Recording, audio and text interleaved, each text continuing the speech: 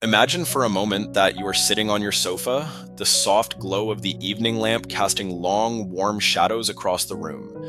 Your cat has curled into the crook of your arm, a heavy, warm weight that seems to anchor you to the present moment.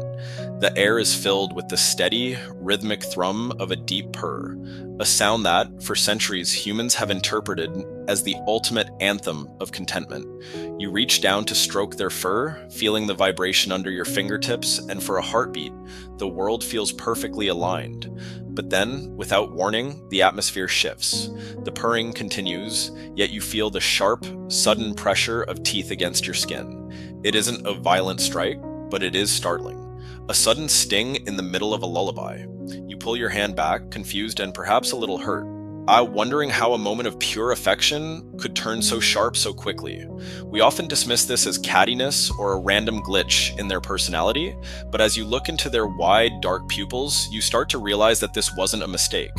There is a hidden narrative unfolding in the friction between that purr and that bite, a psychological crossroads where love and instinct collide in a way that most owners never truly perceive.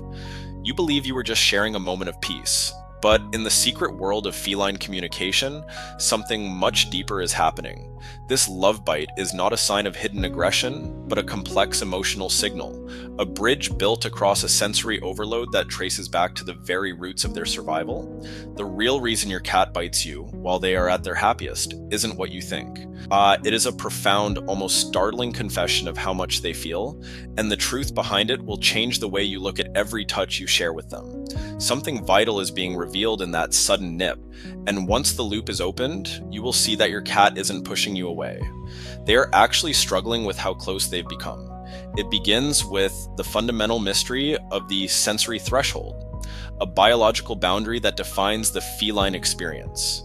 To understand why your cat bites while purring, we have to realize that their skin is far more than just a covering. It is a sophisticated, high-definition radar system. When you stroke your cat, you are sending a flood of electrical signals to their brain. In the beginning, this is deeply pleasurable, triggering the purr that tells you they are safe. But what many people don't realize is that for a cat, the line between pleasure and overstimulation is incredibly thin. As you continue to pet them, those nerves begin to fire faster and more intensely, moving from a soothing hum to a frantic static. The bite is their version of a circuit breaker. It is a sudden, physical stop command to prevent their nervous system from becoming overwhelmed by the very affection they crave. They aren't biting because they stopped loving the touch. They are biting because they loved it so much their body can no longer process the intensity of it. But that is only part of the story, because a bite is also a relic of the social language used in the earliest days of a kitten's life.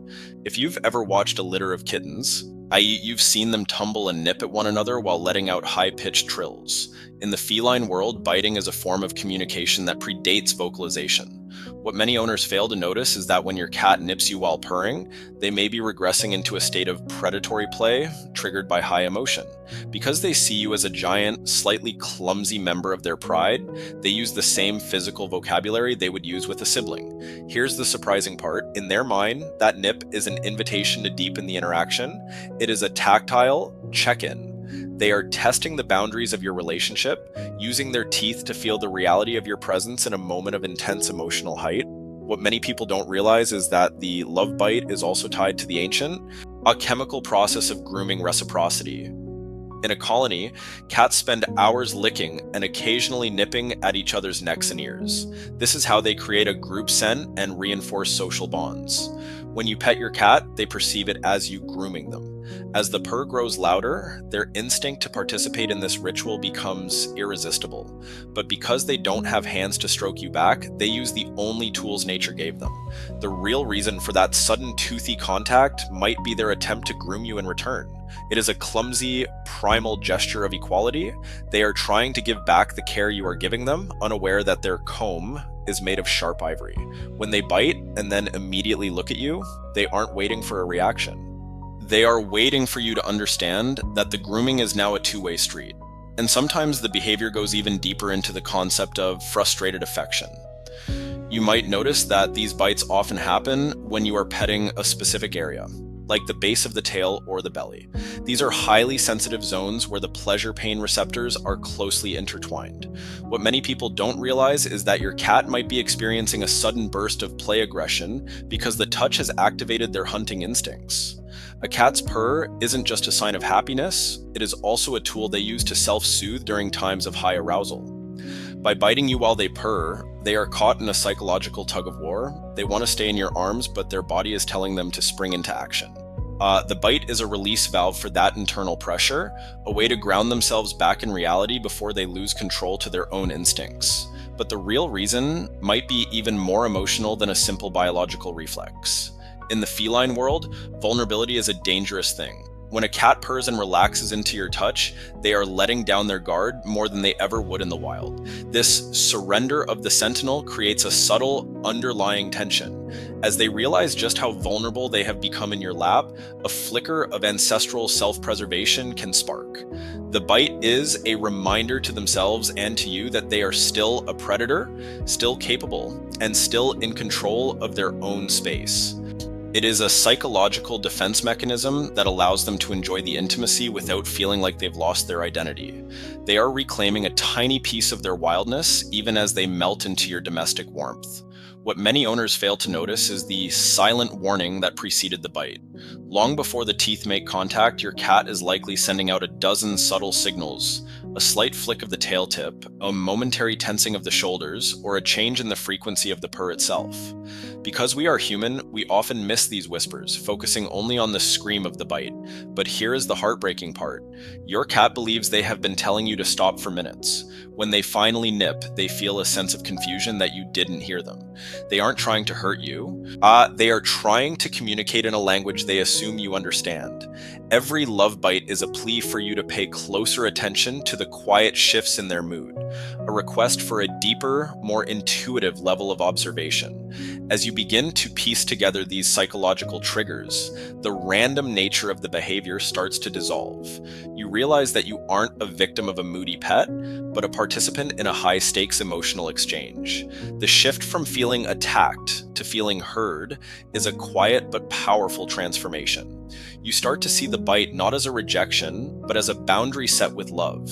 You realize that your cat is trusting you with the most sensitive parts of their nervous system. They are inviting you to the edge of their comfort zone, and the bite is simply the guardrail that keeps the relationship safe for both of you. It is a sign of a bond so intense that it requires physical limits to remain sustainable. This realization brings a new kind of emotional buildup to the way you interact. You find yourself watching for the tail twitch or the ear flick with a new sense of reverence. You realize that the love bite is actually a testament to the depth of your connection. A cat that didn't care about you wouldn't bother trying to regulate the interaction. They would simply leave. By staying in your lap and using a soft bite to communicate, they are choosing to work through their overstimulation just to stay near you. They are fighting their own biology to remain in your presence. It is a humbling and deeply moving realization that the creature in your arms is negotiating with their own wild instincts just to keep the purr going. Reflecting on everything we've discussed, it becomes clear that the bite is the shadow of the purr. You cannot have one without the potential for the other. We spend so much of our time wanting our pets to be simple, predictable sources of comfort, but a cat is an ancient soul with a complex internal life. Reframe the original behavior in your mind. The next time you feel those teeth, don't pull away with a sense of betrayal. Instead, look at it as a tactile conversation. Your cat is telling you that the moment has reached its peak. They are telling you that they have reached the limit of what their heart and their nerves can handle. It is an act of total honesty. The ending is a quiet realization. The bite is actually a compliment. It is the sound of a heart that is too full, expressed through the only medium a predator knows. You have reached a level of intimacy with your cat where the standard rules of petting no longer apply. You have entered the realm of the pride bond, where physical contact is raw, honest, and sometimes a little sharp.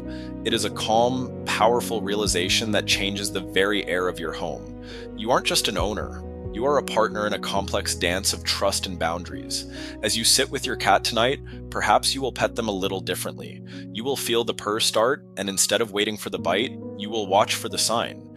You will learn to stop just a second before they do. And in that shared understanding, You will find a level of connection you never knew was possible. You will realize that the love bite wasn't a glitch in the system. It was the system working perfectly. It was your cat's way of saying that you are so close to them, it actually hurts a little bit. It is a soft, steady reminder that the most meaningful things in life often come with a bit of friction. By learning the real reason behind the bite, you've given your cat a home where they don't have to shout to be heard. You've created a sanctuary where their instincts are respected as much as their affection. And in that realization, you find a sense of connection that is as deep as it is silent, a bond that accepts the sharp edges along with the soft fur. You are finally speaking their language. And as your cat settles back down, the purr, resuming its steady, ancient thrum, you realize that being bitten by love is a privilege that only a true cat person can ever really understand.